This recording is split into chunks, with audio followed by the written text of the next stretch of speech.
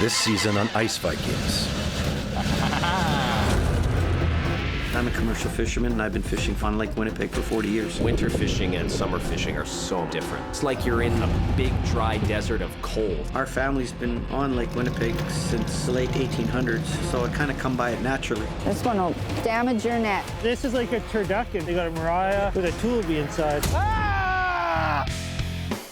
I don't know where on the weather it says a full blizzard, but this is a blizzard. It's almost like the gold rush. Quick, fast buck. You hit fish, you make a lot of money. It's a hard job. It's not for everybody. It's windy. It started out at 30K. Now it has to be blowing 50, 60. The risk of hypothermia is very real. Oh, shit, right in the goddamn rough ice. Yellow bombardier's broke. Maybe I could tie up this bogey and get it to shore. If one of us go down, What the hell? Hang on. that would hurt us. It's cold. You yield nothing. It's kind of a bust. Ice is a living thing. This is way too wide. Feed at the top for 2 hours to get through here. Whoa, whoa, whoa. You gotta be a little crazy to do this. Why do you want to come out with 40 below and push it? Woo! That is very good fishing. It is worth it if you're catching fish. That's the smell of money, baby. Just another day in paradise. Living the dream.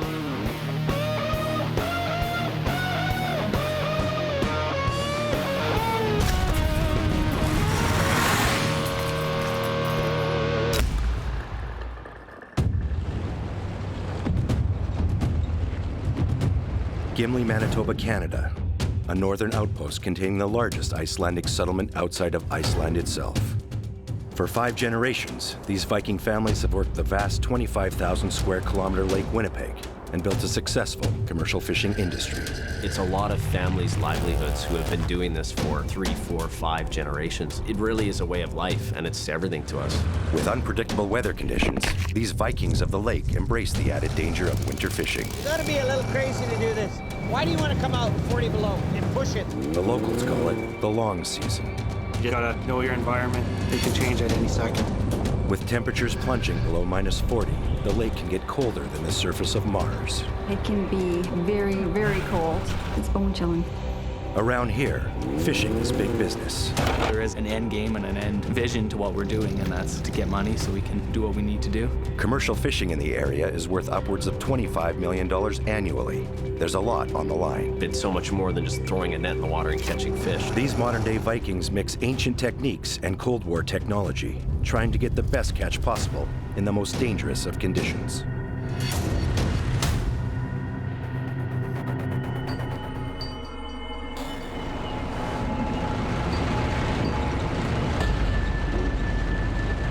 Just want to get out and see where Trevor is, make sure he's where I'd like to see him be. It's near the end of the season, and veteran fisherman Chris Christensen keeps tabs on his crews. Make sure we're both on the same page. Safety is the top priority this time of year, but so is catching fish. Today, he's checking in on his son Trevor. Until I get to where I gotta go and look at exactly where I am, I can't really tell him what I know is underneath him. You do not want to set any further east than when those 2 islands match. If you're going to set here, you should jump across the other side of this island and get into the deep water again. That's where I asked you to go. But, well, all those other guys are there. Your best spot right here is from that peg, right where I came with the Bombardier Trail. Not this way, not like this, because this is exactly what you told me to do on the map. Is like this. Yeah, but I told you not to go when the 2 islands match. I told you when those close, you're too far east. Well, he told me where to set, and I'm setting exactly where he told me to. But now that I'm here, it's not the right spot, so. Okay, just letting you know. At this point, I don't really care. It's late in the season. It's too much of a pain in the ass, so. And I don't want to deal with this today. I'm too tired. I've had enough. I can close my eyes. I can see it in my head. I just don't want to hear it anymore. It's too much.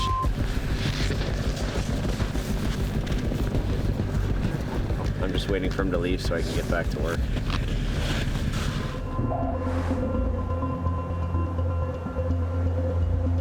Winter arrives early, catching even the most experienced fishing families off guard.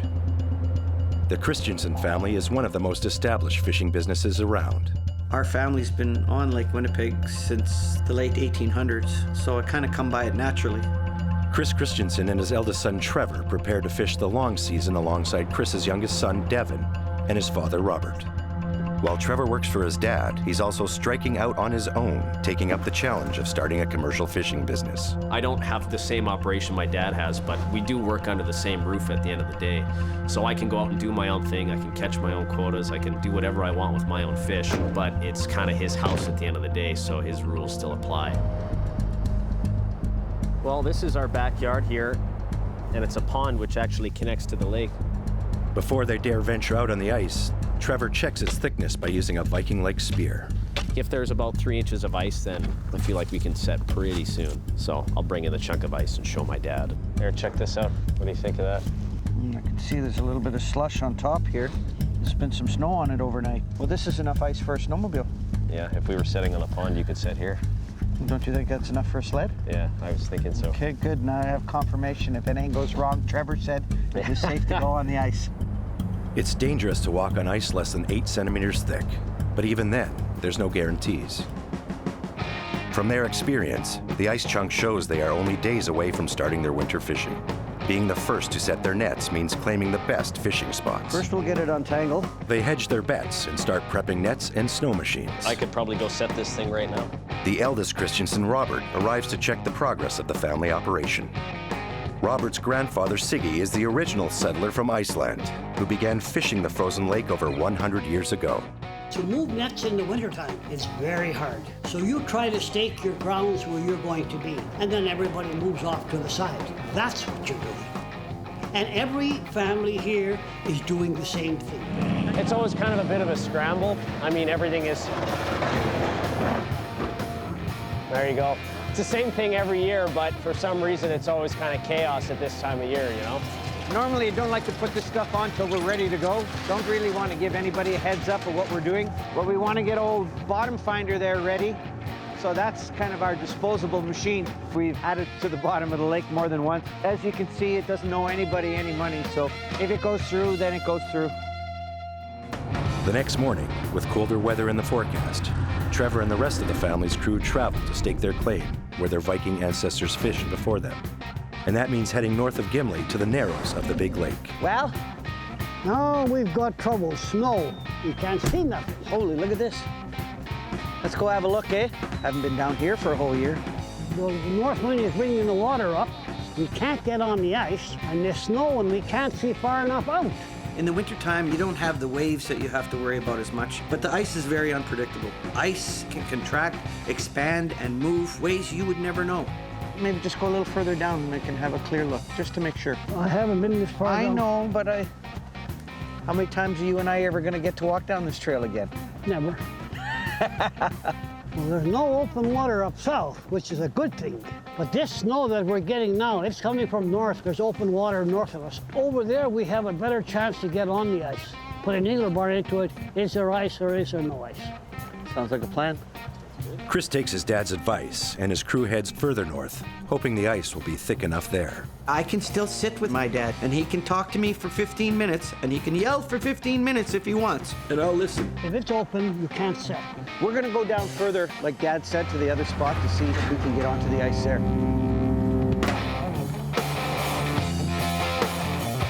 Ready to find out what broke? Meanwhile, in Gimli, another team of ice Vikings are gearing up for the winter season. Mike Linton and Justin Gerbrandt have been in business for only 8 years. In these parts, where families have fished for generations, that makes them still the new guys in town. I don't even know how I met Justin. Maybe at a bar, started snowmobiling together. He had fished with a friend of ours and his dad for about 3-4 years. And then I convinced him to fish. He had never fished, ever. Now we're a two-man show, and it's going good.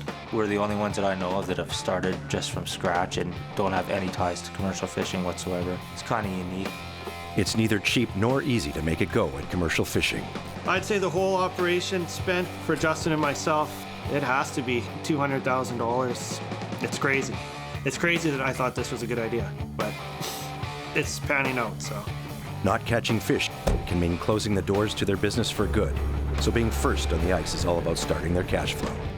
It also means claiming the prime fishing spots before someone else gets there first. We're just going to head out to Husavik Bay here, just a couple miles south of Gimli, and we're going to take a look at how the bay is freezing up and poke a couple holes and see if we got more than an inch ice. I think since we started winter fishing, I'm almost always the first one out here in the south. It's on the west side. This water for the first like 5 feet here. There's a big area, but everybody wants to go first. Be good out there. I kind of have an area that I want to fish, and I want to be there before anybody else does. Mike checks out some dangerously thin ice. In some areas, it's as thin as a sheet of paper. Pretty thick out here. You get that sound bite? The sheet of ice is shifting beneath Mike's feet. I'd say we got maybe 4 or 5 more days of freezing, and then be good to go. Soon enough. We're gonna get the big auger going on the bomber today. But not all fishing operations have their sights set on getting out first. Check the air. Change oil, check air, and it'll be pretty much ready for winter. For Gene and Candace Pischke, it's all about working smart when they do get out there. I have some health issues, and I have to take it easier and find different ways to do things. You still have to catch the fish, but if you can do it an easier way, why not? As other teams prepare to stake their claim, they tend to the machine that will help them fish smarter throughout the longest part of the cold winter. It can be very, very cold. So it's -40. It's cold. It's darn cold. This is their Bombardier B12, known around these parts simply as the Bomber. It's the workhorse of the commercial ice fishermen. I'm gonna show you guys an easy way to put the auger rack in. I'll pass it up to you. Yeah. These augers will cut through 3 feet of ice in no time at all. There, auger's ready for winter, the bomber's ready for winter. Meanwhile, the Christiansens arrive at their fishing spot, hoping to set their nets early. Robert leads the way. His wealth of experience can be drawn upon to spot any dangers on the shifting ice. Chris's nephew Joel is there as well to do the heavy lifting if someone goes into the water. Just put it by the shore, and if I scream for you, you know what to do. Don't hit me in the head with it. Here we go again. You want to get out there quick, but you want to get out there too quick because the ice might break and you might lose something, you know? Like a bombardier or snowmobiles or a person or... It's pretty freaky, especially with snow over top of the ice. You can't see anything. There's no ice there, right? Nope. You can't go outside of that. If you go through, it's not like we can start chasing after you and go and pull them out because you're just going to fall in yourself. You're right there, Trevor. Watch out there. And the risk of hypothermia and all that stuff is very real. From what I just chipped out over there, there's not very much ice. It's too dangerous. We can't set anything yet. I don't think you should go any further. That's far enough. Ooh, hear that? My grandfather used to say, there's one thing you have to remember about commercial fishing, and one thing only, and that is always stay on this side of the water and you'll be fine. There's 2 inches is not much. Whoa! Trouble on the lake near the Christiansens' favorite fishing spot. Whoa! Like you said, that didn't hold me up. Chris breaks through the ice before making it to shore. Where are you going to go after that? Give me your hand. Yeah, hold on. It's a close call.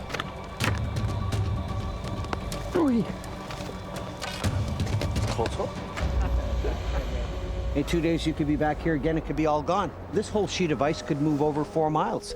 That's because I went in that time. Remember when I went in? Because the ice moved over and we all went in for a swim. Yeah. You think that there's ice everywhere, but there's not. They won't be setting nets today. The ice is coming fast, but it's too thin and unpredictable to be safe. The only thing is, we just want to be here before anybody else. A new day and a cold snap descends on the Gimli area. Today, the plan was to go out and set a couple of nets. Trevor decides to go onto the ice with his brother Devin and his helper Riley near Husavik Bay. It's a big risk. I'll be honest, I'm a little bit nervous. There's not that much ice. It's still pretty early on. I'm a little apprehensive to get out there, but the reward is pretty great. If it pays off, then I'm going to be feeling pretty good. And I think that by the time we get off the lake, half the town's probably going to know we were out here. And word gets around real fast. As they head out, Mike from the Husavik crew arrives at the beach to scout the ice for himself. What's going on, guys? Hey, we're gonna try setting, I guess. I don't know. It's probably a little bit early. Like, my dad and grandpa kind of advised me not to go yet, but you know, sometimes you just gotta. You're not waiting anymore, no. Just like us. Yeah, pretty much.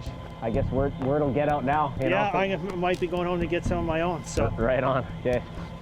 Well, we'll see. I'm only gonna put a couple in and see what's, see what's here, so. Right on. Yeah. Well, walk safe. All right, thanks, man. See you guys. Surprised to come down here and see him on my at-home base here already. This is probably the earliest we've ever seen nets going in, at least here in Husavik. Everybody's gonna want to go now, but it's still pretty early. The weather's crazy, +2, +3 degrees. Unusual for this time of November, but makes a great day for going to put a few nets in and just seeing what's out there. Maybe I'll join them later.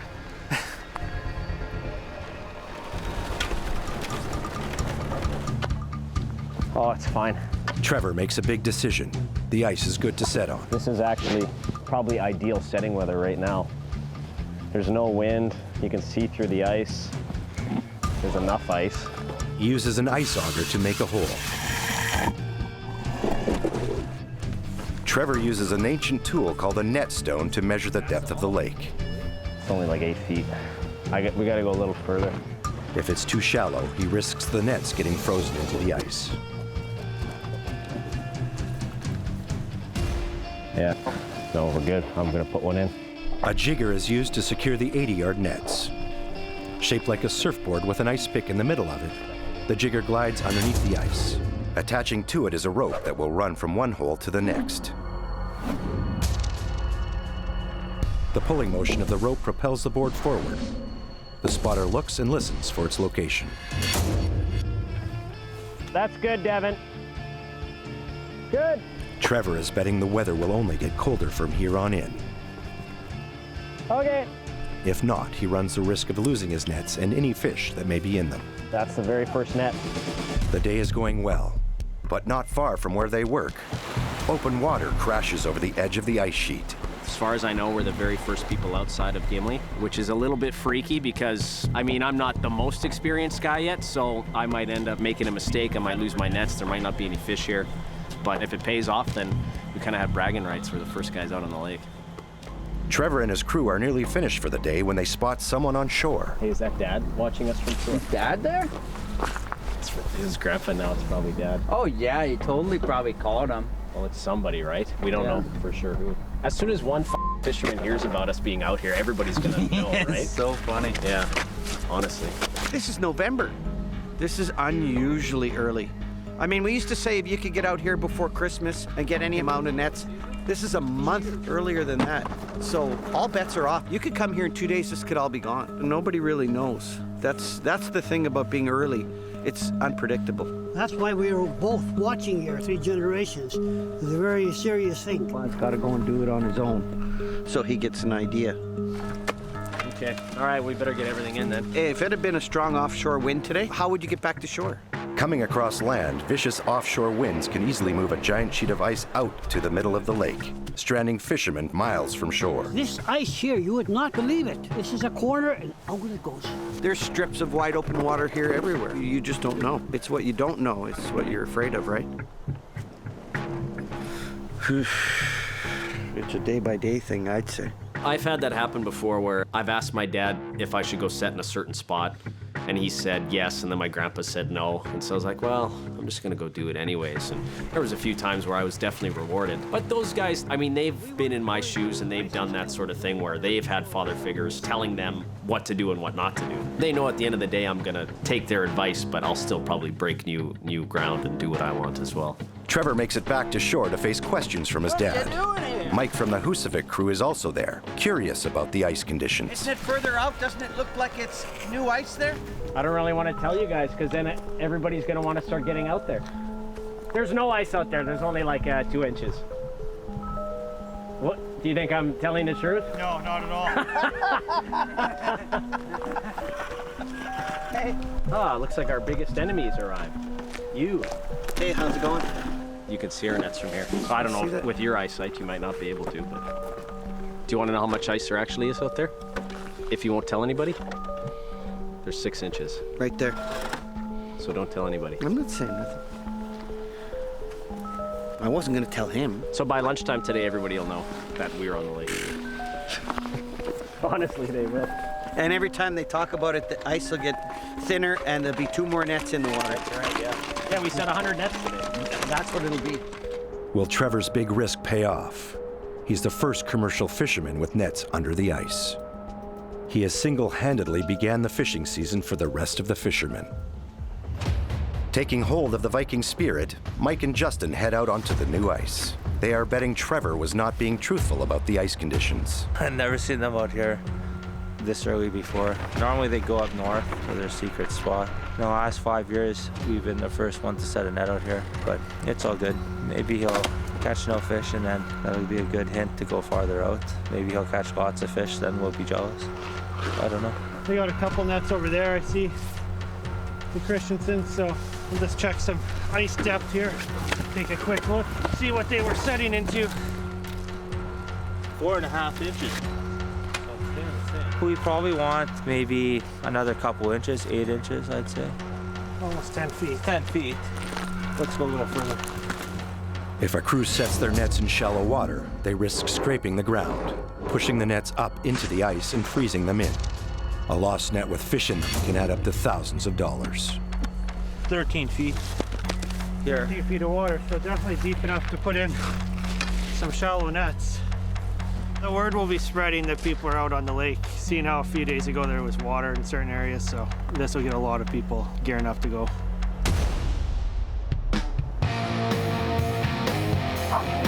Richard Bjarnason's family has been fishing these frozen waters for generations. He began with his father back in 1962. I quit school, and the old man said, well, you'll just have to come out in the lake with me. He set out on his own only a few years later, purchasing his first bombardier and equipment. Now working with his son Mike, the two prepare their shed for the oncoming winter season. In the winter time, you have to watch out for cracks and thin ice. 2 years ago in the winter, across the crack. He was on the skidoo, and I was behind him on the bombardier, and I could see a change in the ice, but he was too far ahead. Boom, he went right through. My dad had grabbed me by my arm and dragged me out. It's just an instant shock and panic, bitter cold at minus 50. It happens. Sometimes you just have to get out on thin ice because that's when you get the most fish. With other crews already on the ice, Bjarnasons finished preparing for the upcoming season. No, I already packed up. It's all ready to go.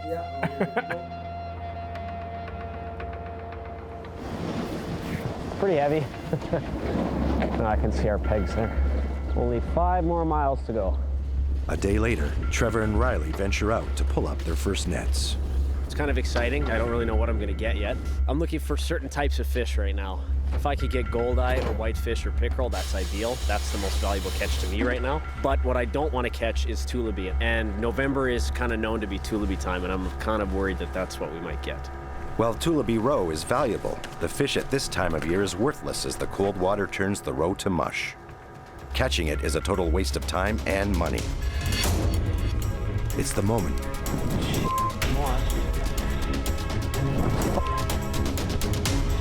Was setting the nets early worth the risk?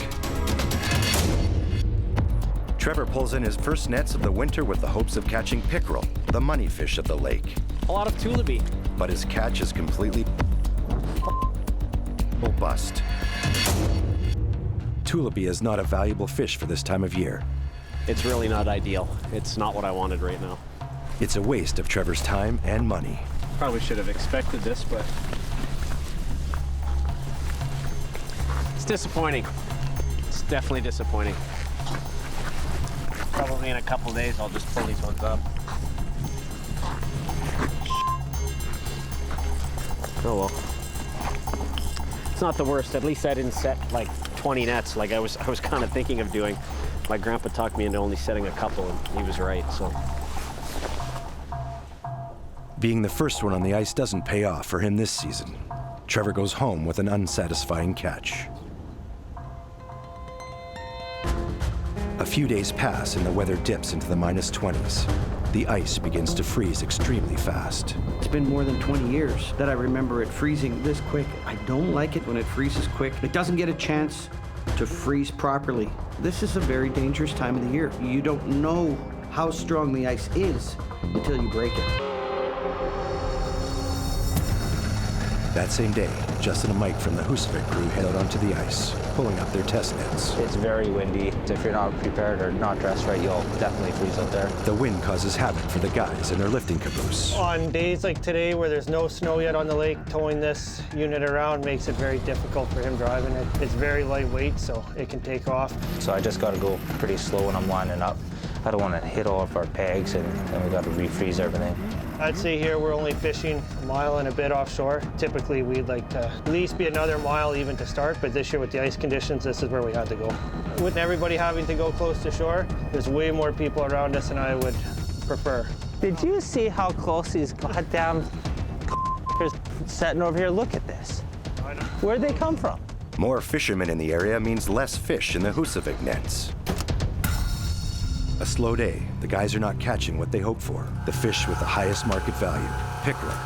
Sauger, northern pike, and tulaby are what they're catching. It's just no pickerel.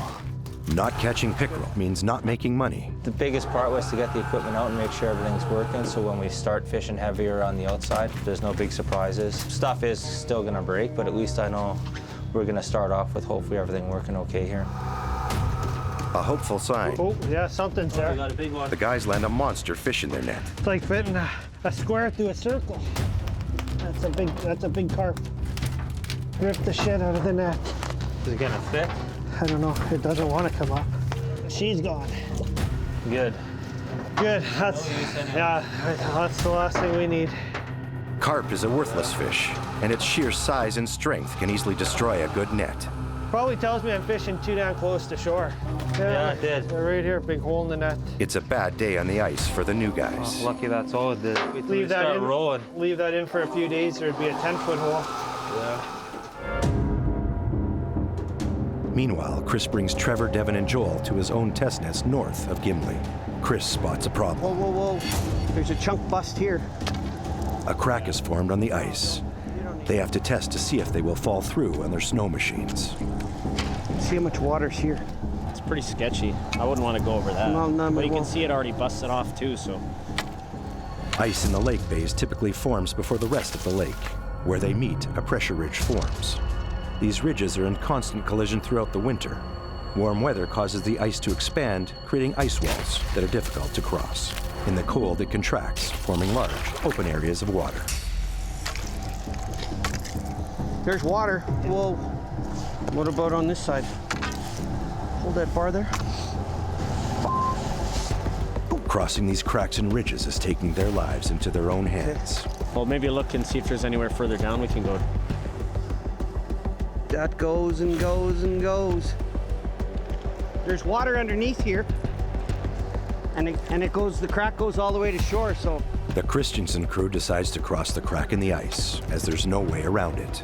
This winter on the ice is very unpredictable, and you don't know what you're going to be in for.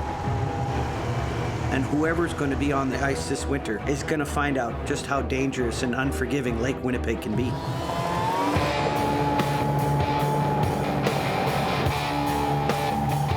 The Christensen crew makes it safely across the large crack on the ice.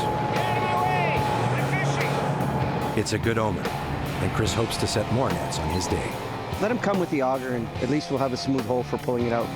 It doesn't matter how much there is, it's just what kind of fish it is. If it's the right fish, then we'll put some nets in. It's a surprise. It's like Christmas for fishermen. Chris hopes his nets contain whitefish. He doesn't want to make the same mistake Trevor did. Catching a worthless fish like tulaby because he set too early or in the wrong spot will cost Chris even more than Trevor due to higher operating costs. Okay, here it is now. Stop. This is the very beginning of the season. Chris is about to officially begin the winter fishing season for his crew, a bit later than other crews. Oh. Will his patience pay off? That looks pretty good. Just what we were looking for. Whitefish. I think we should try to get some nets in. Well, this season is pretty exciting for us. We want to add value to one specific kind of fish, whitefish actually. And that to me would be perfect. That would make the season. You forgot tubs. Never sharpen your knife before the season, and never count your tubs till they're full. Whoa! With Whitefish in his nets, Chris and his crew begin the process of jigging and setting 15 more nets before the sun sets. Oh, he's dead. I gotta catch up. A little bit farther, Trevor. That's it. Isn't that simple, eh? When things go good, you never know when they're gonna go bad. I guess we're just about done. We'll head in and come and check in a couple of days and make sure this is what we want. So what time is it, Devin? It's chicken time. What kind of question is that? Of course it's chicken time. You brought your wallet. Let's go.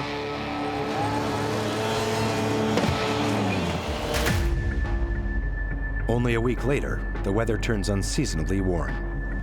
Trevor heads out to check his nets in the warmer weather. He spent all this time getting them ready and money and everything and time setting them. I'm a little bit worried about them. They're shallow enough and they're close into shore that I feel like that ice is probably gonna stay, but they could go. If it stays warm like this for a while and there's a big wind, yeah, it could definitely go. From day to day, you can have ice pile 30 feet high or open up 20 feet wide. So it's very unpredictable. You have weather temperature variations of 50 to 60 degrees. It's minus 40 one day and it's 20 above the next day. This is probably the only place I could actually have nets. Like, if I was even to go another few net lengths out, it looks like it's all open out there. So I'm lucky that the ice is actually held here. It's been plus temperatures for the last week. It's a little scary every time we go on the ice. I kind of thought that maybe I would have lost one or two of my nets, or all of them. Like, I really didn't know, right? You're pulling out, Trevor? Yeah, it's looking pretty good out here, to be honest. Despite his concerns, he's rewarded with a good catch. But was it worth the risk? That is very good fishing. So these are all pickerel here. So this is pretty much the #1 catch on Lake Winnipeg. So I'm glad I didn't set more nets than this, because I could have gotten myself into a little bit of trouble. We would have been pulling back into open water. And it wasn't like this when we set a few days ago. It's just dumb luck, to be honest. Like, we lucked out by not setting past that. This is very, very good fishing for right now. It's so good that I don't really want anybody else to know right now because, you know, it's a good spot to be. A few days later, temperatures plunge with an extreme wind chill dropping it down to minus 45. With the ice getting thicker, rough ice, Richard and Mike venture out with their caboose and pickup truck to set new nets. But on their way out, the father-son team come across an ominous sign. They spot another fisherman's pickup truck that has broken through the ice. The only safe way to approach it is on foot. He was just going to his nets of the truck and bang, he went through. There was an open hole. Just lucky it didn't go all the way down. The ice is less than an inch thick. Someone has already staked off the danger zone. It could have been maybe only a couple of inches to, start with, and then some snow went on top. That acted as an insulation. The other ice froze, but that kept that open. And that's what you have to watch out for. These bloody little death traps. They must now navigate carefully on the unpredictable ice as they begin setting their nets.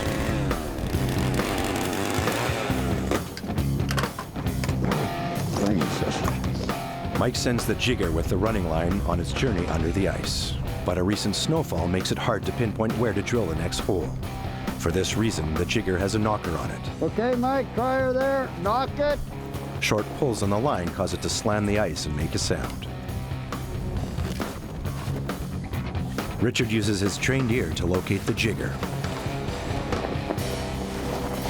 Okay, she's here. Sometimes when you get into a little bit of rough ice, the sound echoes all over. Oh yeah, never fails. Okay, you can get her.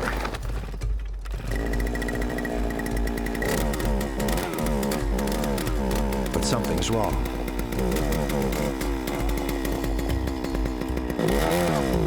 What the hell's going on? I don't know.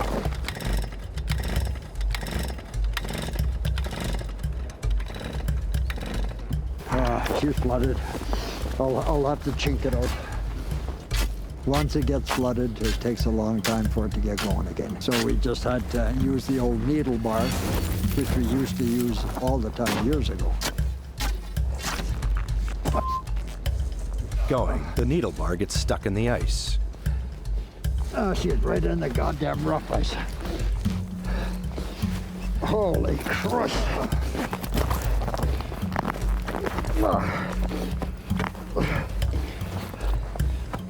I can't believe this. Right in the rough ice here, Mike. Jesus Christ. Okay, chip around her. So a lot of fun at times. It's all over. He then uses a metal hook to catch the running line underneath the ice. He's having trouble.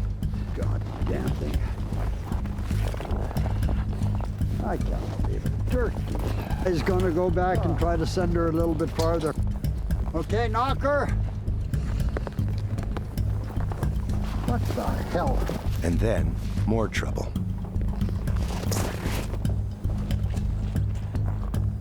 Oh, Christ, did she ever go up? It's over here. Holy Christ. Here you can see the jigger here. Okay, you can bring the auger here, Mike, and try it.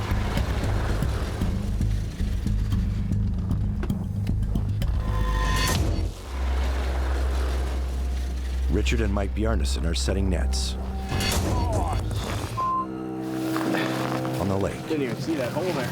Mistakes like this can lead to broken bones or hypothermia, which can cost a fisherman his life. Just stepped in it. Mike heads to the truck to assess how much water he got in his boot. The water on his foot freezes instantly. Mike's starting to tingle a little bit. Right here, you can see the pant legs frozen. How's your feet? It's a little tingly. That's a little cold, but just keep going. Despite his frozen foot, Mike insists they keep going. The guys try the auger again. It's still flooded. Jesus. They'll have to use the needle bar to dig all the holes, wasting precious time as the light begins to fade. To make things worse, they've lost the running line. I can't believe this. God. Come on. Jesus Christ. What a son of a bitch. Right.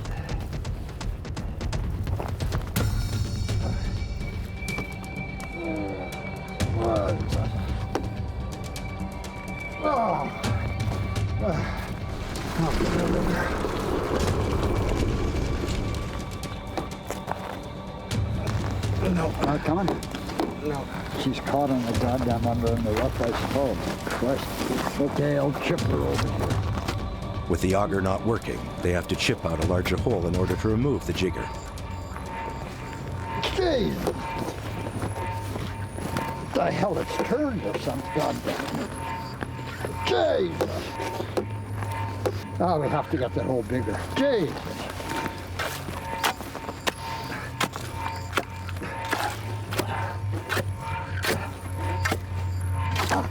Okay. Oh. There she's coming. Oh, Christ. With the jigger finally free, they decide to call it a day, putting them further behind on their fishing quota. What's that? My foot's freezing. Today, it was a pretty poor day. We only got in 2 nets. Reason being, too, Mike took a booter, and then we ran into rough ice.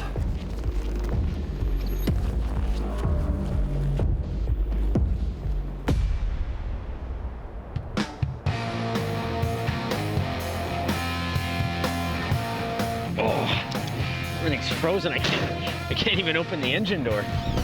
The cold weather continues and Trevor and Riley head out to pull nets. They take his grandfather's bombardier for the first time this season.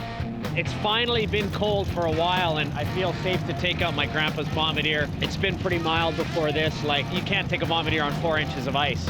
So I'm gonna go and take it out now, and we're gonna chance it and see how it goes. It does feel good to be back in a bombardier. It's been a while. Trevor also decides to take out his caboose. They attach it to the back of the bombardier. Oh, no power steering on these. As Trevor hooks up the caboose, he realizes he left his needle bar on. Oh, I'm gonna take this back, stay with the bombardier, and keep it idling high enough, okay? Well, it happens a lot. Sometimes we come out here and we realize we forgot something. And in this case, it was a needle bar, so I'm just gonna zip around and go grab it quick. Oh, right there. Oh, get in the bombardier, I gotta catch it. 500 pounds of runaway machinery will destroy or kill anything it hits. We gotta unhook the caboose first. Trevor knows this could be life or death.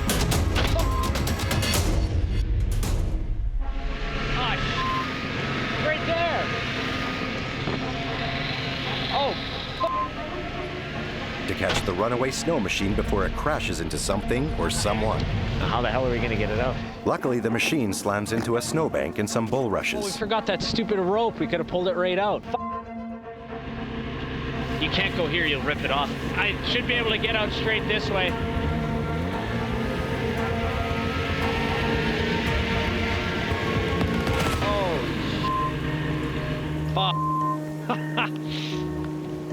I don't know what happened. I think either my mitt got stuck or I got like a piece of ice or something in here. It seems like anything you buy is not built for -40. Like it gets to the point where it's so cold that breaks. At least I didn't hit anything with it. It can be a real pain in the ass. Holy shit. It's always some stupid thing, you know? When things get cold, things break, and you know, things don't work properly, so it's just one of the big pains of this job, being so freaking cold. We're actually gonna get back out and lift a couple nets, so the day's not done, the day's kind of just starting. I think probably me and Riley will keep it quiet for now.